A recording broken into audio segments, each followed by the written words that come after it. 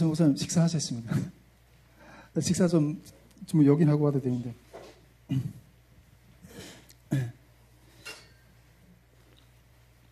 예, 오늘은 좀 이렇게 계시록 강해를 잠깐 또 멈추고 이 여름을 향한 주님의 마음, 또 그다음에 선교에서 한두 가지 묵상했던 지난 주간 묵상했던 부분들을 오늘 여러분과 같이 좀 이렇게 나누려고 합니다. 오늘 좀 같이 나누고 싶은 마음은 한 두 가지 정도 마음인데, 하나는 이 여름 이렇게 우리 사역을 기획하고 있잖아요. 그 가운데서 재정을 향한 어떤 그런 주님 주신 마음이나 이런 부분들을 좀 나누고 싶고, 하나는 또 우리 선교회가 발판의 영성을 가져야 된다 하는 어떤 그런 마음을 조금 여러분하고 좀 나누고 싶습니다. 먼저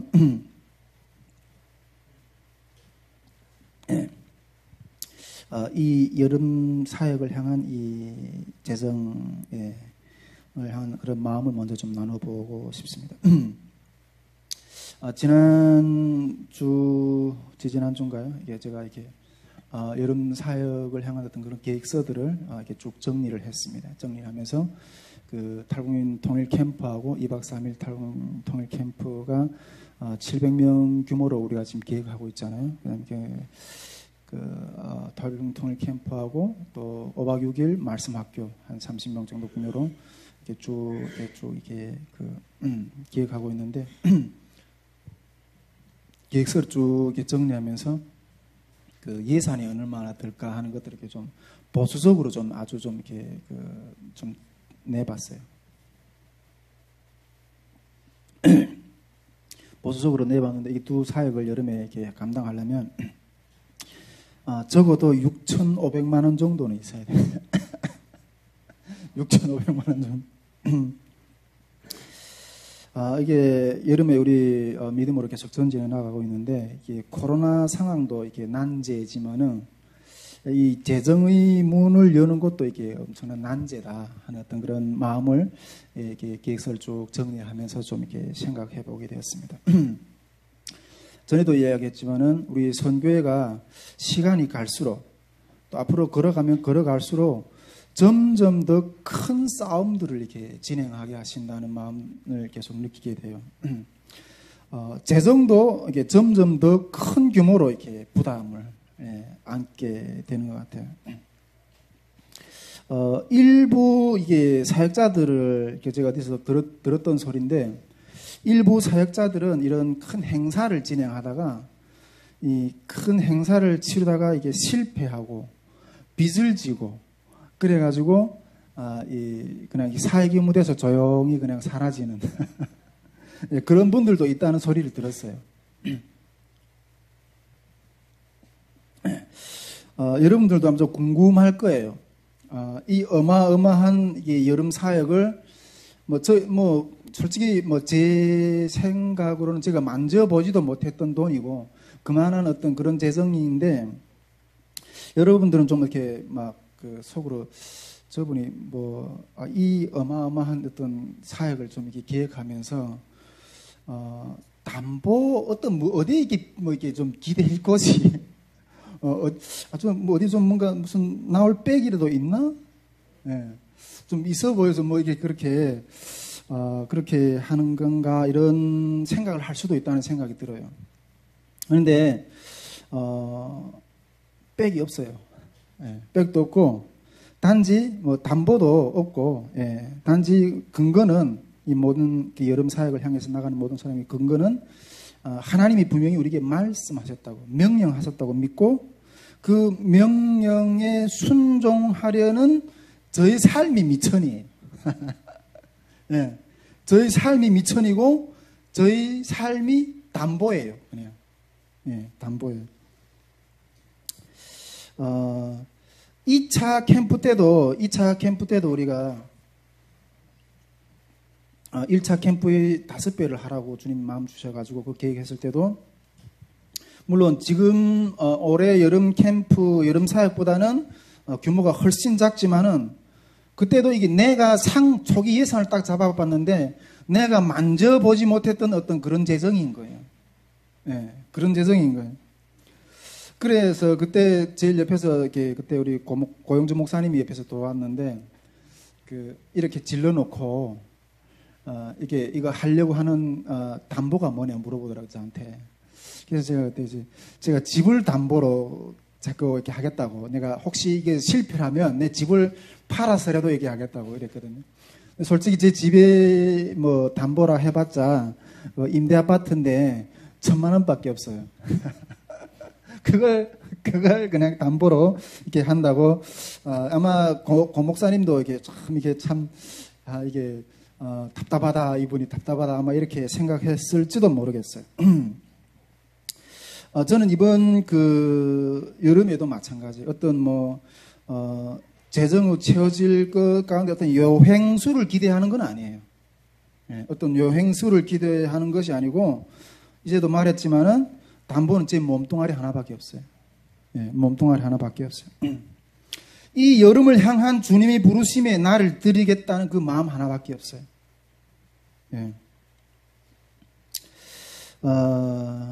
전에도 제가 한번 나눴던 적이 있는 것 같은데,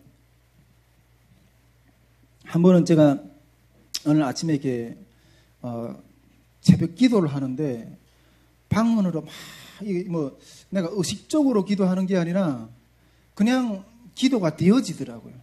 기도가 되어지면서 방언으로 막 기도하는데 여느 때와 다르게 그 기도가 이게 하늘로 쫙 빨려 올라가는 어떤 그런 느낌이 들더라고요. 내 기도가 지금 하늘에 상달되고 있구나. 그리고 기도의 깊은 세계에 쫙 그냥 빠져 들어가는 거예요. 내 의식적으로 노력해서 기도하는 게 아니라. 그런데 그 방언으로 주님 앞에 기도하면서 쫙 하는데 그 기도가 주님 앞에 그 보좌에 쫙 빨려 올라가는데 그 기도의 내용이 내 스스로 알겠더라고요. 그 기도의 내용이 내 스스로 느껴지더라고요. 근데 그 기도의 내용이 무엇이었는가 하면, 하나님, 저를 이 통일 선교, 이 북한 선교의 무대에 희생 제물로 들여 받아달라고 이렇게 확 들여 올라가는 거예요. 제가 누누이 이야기했지만 이 통일 선교의 무대가 정말 이 광야 같은 어떤 그런 팍팍한 메마른 땅과 같은 어떤 그런 영적인 어떤 그런 분위기인데, 그 가운데 어떤 희생의 어떤 그런 헌신이 없으면 이게 적셔지지 않는 거예요. 그런데 이 땅을 향한 길에서 나의 삶을 희생제물로 받아달라고, 이 내 의지로 드리는 기도 아니었어요, 이게. 그 기도가 쫙 올라가는 거예요. 그런데 그 기도가 올라가는데 제 마음속에 한쪽으로는 무서운 거예요. 나를 어떻게, 하나님이 나를 이거 어떻게 내가 여기서 정말 어떻게 희생으로 내가 여기 들어져야 되는가? 그걸 생각하는데 그 길이 어떤 길인지도 내가 잘 알기 때문에 이게 막 두려운 거예요. 그러면서 마음속으로는 주님, 아멘. 예, 그렇습니다, 주님. 나를 이 길에서 제물로 죽기까지 내가 드리겠습니다. 아멘 하는 그런 것들이 확 올라가시더라고요. 지금 이번 여름 모든 사역을 맞이할 때마다, 특히 이번 여름 사역을 맞이하면서도 내가 진짜 제물이 되는구나.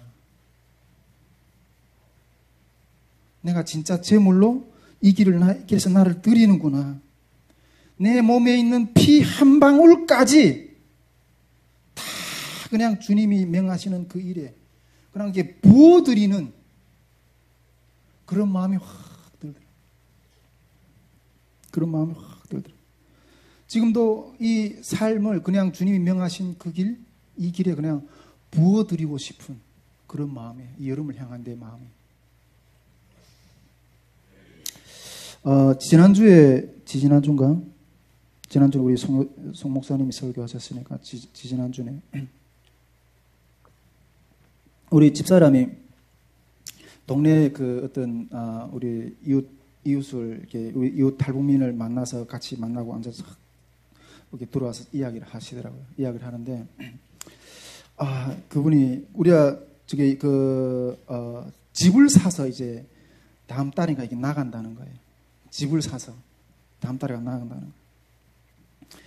그때 아마 우리하고 비슷한 시기에 그 임대 아파트에 들어왔던 사람이거든요. 제가 보면 우리 주변에 저도 그 임대 아파트 한 20년 가까이 사는데 그 임대 아파트에서 우리와 비슷한 시기에 같이 들어왔던 탈북민들이 다 잘 돼서 나가는 거예요. 다 열심히 일해서 돈을 벌어서 집을 반듯한 집을 사서 다 이렇게 나가는 거예요. 근데 그분도 이렇게 딱 집을 사서 이렇게 나간다는 소식에 너무 이렇게 반갑더라고요, 한쪽으로는. 그런데 어떤 면에서 보면 정말 열심히 살았고 정말 바람직한 모습들이라고 생각해요. 그런데 제가 마음에 딱 드는데 이게 우리가 주님을 바라보는 시선이 흔들릴까봐 제가 일부러 강한 어조로 집사람한테 이야기했어요. 짐승 새끼냐고 우리가. 우리가 짐승 새끼냐고. 먹고 싸고 하는 일에 그냥 쫓다가 죽게. 먹고 싸고 하는 그런 일만 쫓아가다가 죽게. 내 몸 하나 누워있을 곳이 있으면 되고, 춥지 않도록 덮을 옷이 있으면 되고, 배를 이 조그맣디만한 주먹이 위에 있던 배를 채울 어떤 그런 하겠지만은 우리가 이 마음을 확정해 버릴 때 하나님의 어떤 그런 역사가 일어날 줄 믿어요. 제가 지금까지 우리 선교회가 달려온 모든 역사가 그러했듯이 이번 여름도 저는 제 인생의 마지막 사역이라고 이렇게 믿고 이렇게 달려가고 있거든요. 누구는 집을 사는데 삶을 토하지만은 저는 주님의 일을 사는데 제 삶을 다 쏟으려고 해요. 바울이 전에도 이야기했지만 바울은 자기 삶을 관제와 같이 부음받아 드렸다고 했잖아요. 저도 저희 삶을 주님께 나의 피 한 방울 남을 때까지 다 부어드리고 싶은 어떤 그런 마음으로 이렇게 서려고 합니다. 어떤 면에서 제가 딱 이렇게 생각하면서 이 여름이 이 내 목회의 삶의 공식적인 마지막 사역이 될 수도 있겠다 하는 생각이에요. 공식적인 마지막 사역이 될 수도 있겠다. 그래도 기쁘다는 거예요. 그래도 기뻐요. 제 마음에 기쁨이 있다는 거예요. 주님께서 주님께 내 삶의 정말 최고의 어떤 꽃다발, 그런 것들을 만들어서 저는 이렇게 주님께 드린다는 어떤 그런 마음이거든요. 만일 주님께 이 꽃다발을 만들어서 드리다가 빚을 진다면 정말 그렇게 된다면 그 꽃다발을 만드는 그 값을 제가 사는 길에서 땀 한 방울 한 방울 흘려서 더 이렇게 애틋하게 마련하는 어떤 그런 주님 앞에 드리는 어떤 그런 마지막 어떤 어떤 일이라는 어떤 그런 것들 더 보람이 있을 것 같아요. 정말 그 재정을 메꾸려고 하면서 만약 일하게 된다면 정말 눈물 나겠죠. 근데 그 눈물이 실패의 눈물이 아니라 주님께 내가 내 삶의 마지막 어떤 일을 마지막 어떤 그런 것들을 만들어서 드린다는 것들, 그 눈물이 오히려 기쁨의 눈물이요 감격의 눈물이 될 것 같다는 마음이 들어요. 그런 헌신이 되겠다는 마음이 들어요. 이런 생각을 하다가 그런데 그러다가 이렇게 조용기 목사님이 간증이 하나 딱 생각나더라고요. 조용기 목사님이 그 초기에 목회를 하실 때 하나님이 10,000명, 지금은 여의도 순복음교회 70만이 그 어떤 그런 성도를 다 가지고 있지만은 초기에 그 개척하실 이후에 10,000명 예배당을 지으라는 주님의 마음을 이렇게 받았다고 그러더라고요. 그런데 그래서 사모님을 이렇게 달려가지고 자기가 그 결혼할 때 씌웠던 그 집까지도 다 이렇게 담보로 해서 팔았는데 그래서 시작했는데 빚이 확 늘어난 거죠. 그래가지고 이 사채업자들이 이게 사채업자들인데 업자들이 돈 받을라 이게 그 조영기 목사님한테 막 맨날 들어와서 그랬다는 거예요. 그래서 막 혼자 도망 다니고 막 피해 다니고 그랬대. 그러다가 어느 날 그 건축하는 그 상황 가운데서 마음을 막 토로하다가 어느 예배 중에 할머니가 건축 헌금을 가지고 나왔대요. 건축 헌금을 가지고 나왔는데 어떤 걸 가지고 나왔는가 하면 그 혼자 사는 할머니가 자기가 평생 그 먹고 쓰고 하던 그 밥그릇하고 숟가락을 가지고 이렇게 나왔더래요. 그 강당 앞에 나와서 목사님 이것을 내 건축 헌금으로 드려오니 이걸 받아달라고. 조은기 목사님 이걸 다 보더니 못 받겠다고. 이거 못 받겠다고. 그러니까 그 할머니가 앉아서 통곡하더래. 이 목사님이 이 늙은 이 할머니에게 그 업신 여긴다고 이걸 받아 안 준다고 막 통곡하더래. 그래서 그 조영기 목사님이 그랬대요. 할머니, 그게 아니라고. 내가 지금 이 혼자 사는 늙은 이 할머니의 그 마지막 남은 밥그릇까지 빼앗아서 이 성전 건축을 해야 되는 이 내 신세가 너무 처량해서 그래서 내가 그런다고. 그러면서 내가 받겠다고, 알겠다고, 받겠다고 이러면서 그 자리에서 그 놋밥그릇을 가지고 경매를 했대요. 이 할머니가 지금 이 건축을 위해서 이 놋밥그릇을 헌금으로 들었는데 이거 살 사람이 누군가고. 그러니까 한참 있다 저기서 내가 5만 원에 사겠다고 하고 또 이쪽에서 내가 10만 원에 살겠다고. 저쪽에서 내가 50만 원에 100만 원에 나중에 그 밥그릇이 500만 원인가? 500만 원에 이게 낙찰이 됐대요. 근데 그때부터 하나님이 역사가 일어나는데 여의도 순복음교회 초기에 다 가난한 사람들이 와서 이렇게 모인 어떤 그런 그 교회였잖아요. 다 없어 보이는 사람들인데 그 할머니의 그 놋밥그릇을 헌금하는 그것을 보고 다 감동받아서 나도 내겠다고, 나도 이걸 내겠다고, 저걸 내겠다고. 그래서 순식간에 그 건축 헌금이 마련이 됐다는 이야기를 딱 들었어요. 여러분, 저는 이 여름에 정말 제 삶을 담보로 헌신하러 드리겠다고 이렇게 말씀했는데 우리들의 헌신이 없으면 이 놀라운 주님의 사역이 이루어질 수가 없어요. 이 통일 선교의 문이 그저 이루어지는 게 아니에요. 우리들의 헌신이 없으면 이루어질 수가 없다는 거예요. 그래서 제가 주님, 제 이 몸뚱아리를 담보로 주님 앞에 드리겠습니다. 이렇게 나가는 거예요. 지난 그 겨울에 우리 말씀 학교 때도 그랬었어요.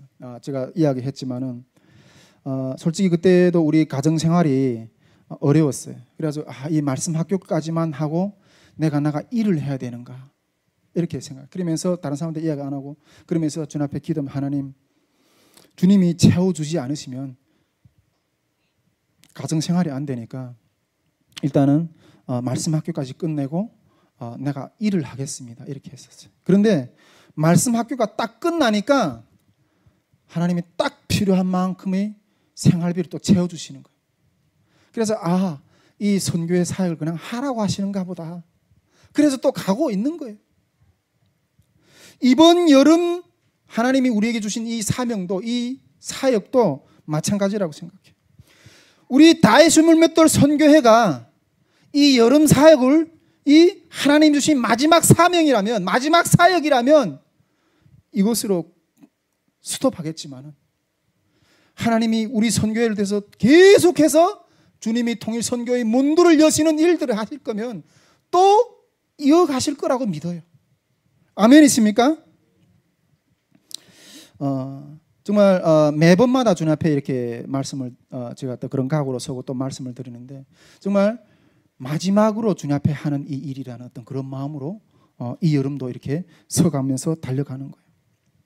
제가 이런 마음으로 주님 앞에서 주님 내 삶을 주님 앞에 관제로 이 여름에 부어드리겠습니다. 이런 마음으로 이렇게 기도하면서 이렇게 나가고 이렇게 자세로 서 있는데 제 마음 가운데서 찬양이 올려나오는 거예요. 찬양이. 여러분 작년에도 우리가 정말 만만한 상황이 아니었거든요. 정말 작년에도 정말 어려운 상황이었는데 작년에도 이런 그 광야와 같은 사막과 같은 어떤 그런 이 캠프를 향해서 걸어 나가는 것 가운데 그런 상황이었어요. 스태프들은 지금과도 아마 비슷한 분위기였을 것 같아요. 다 이 코로나 상황 가운데서 저 김주환 목사가 이렇게 외치는데 이 과연 어떻게 될까? 다 그냥 이렇게 관망하는 어떤 그런 입장이었지 뭔가 부어지고 이런 마음들이 아니었었어요. 그런데 그런 것 가운데서 외치면서 나아가는데 제 마음 가운데 하나님이 주셨던 찬양이 있었어요.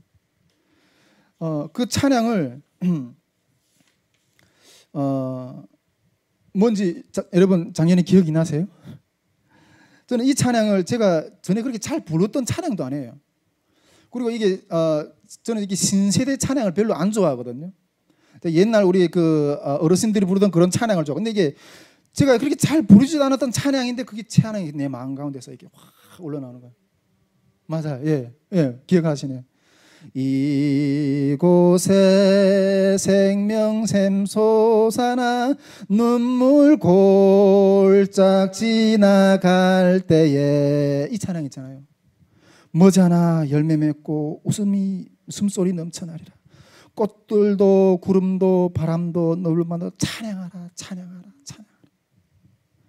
이 사막과 같은 어떤 그런 상황 가운데서 꽃을 피우시겠다는 거예요, 주님이. 그러면 너는 찬양하라는 거예요. 그러면 이 찬양이 확 올려나오더라고요. 그러면서 하나님이 이 여름을 승리하시겠구나 하면서 나갔거든요. 근데 이번 여름에도 이런 마음으로 주님 앞에 서 있는데 또 찬양을 주시는 거예요.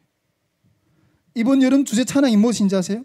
제가 카톡방에 올렸는데 오직 주의 사랑에 매여 내 영 기뻐 노래합니다. 이 소망의 언덕 기쁨의 땅에서 주께 사랑드립니다. 우리 다 알면 같이 부릅시다. 오직 주의 임재한 해 갇혀 내 영 기뻐 찬양합니다. 이 소망의 언덕 기뻐룩한 땅에서 주께 경배드립니다. 주께서 주신 모든 은혜 나는 말할 수 없네. 내 영혼 즐거이 주 따르렵니다. 주께 내 삶 드립니다. 아멘. 이 찬양이 확 밤에 그것도 내 마음 가운데 10년 가운데 쫙 울려나오더라고요.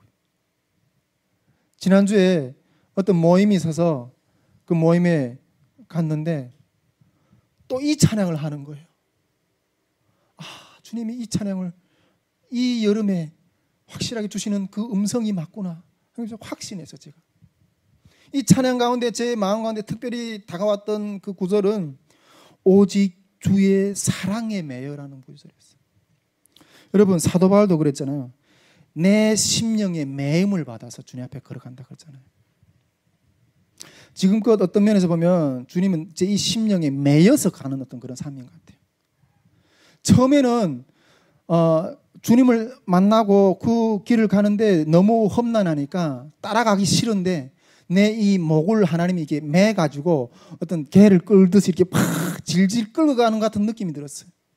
그러다가 주님 은혜 점점 더 죽고 이렇게 젖어지고 이러다 보니까 이 심령이 주님 앞에 그냥 꽉 매어가지고 그냥 끌려가는 거예요. 끌려가는 거예요. 여러분 우리 성경에도 이렇게 언약 사상이 있잖아요. 언약 사상.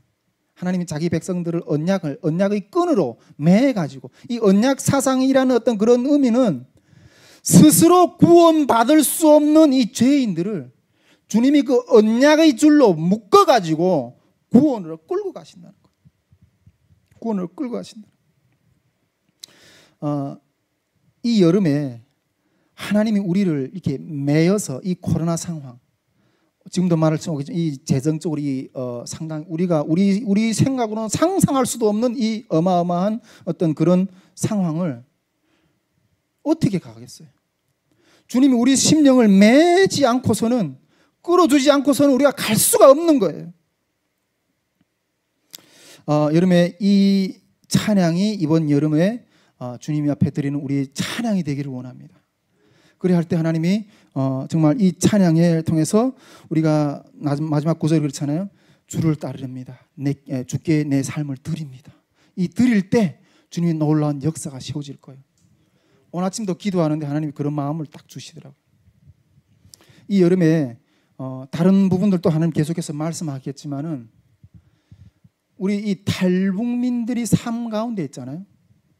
그 가정 가운데 묵고 있는 그들이 그 잠자리, 그들이 원한한 어떤 그런 터를 묵고 있는 어마어마한 어떤 사단이 있거든요. 사단. 제가 꿈에서 봤는데 세상에서 그렇게 큰 뱀을 처음 봤어요. 그걸 이렇게, 그게 이렇게 그 진뭉개지는 역사가 일어나는 거예요.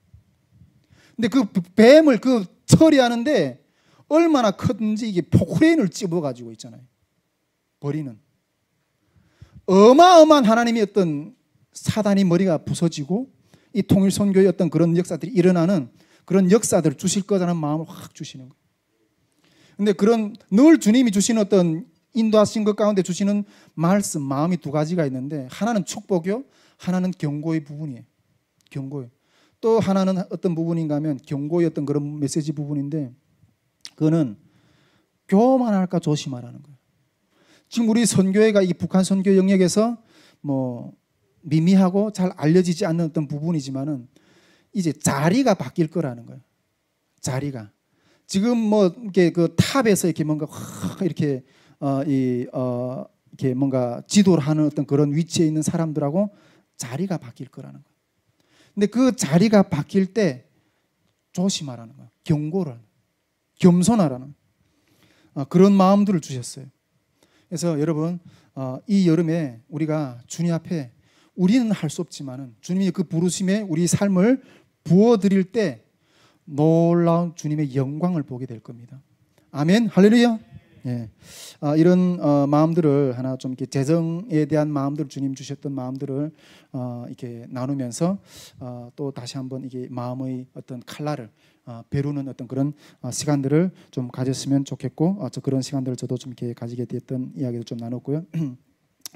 한 가지 좀 더 나누고 싶은 것은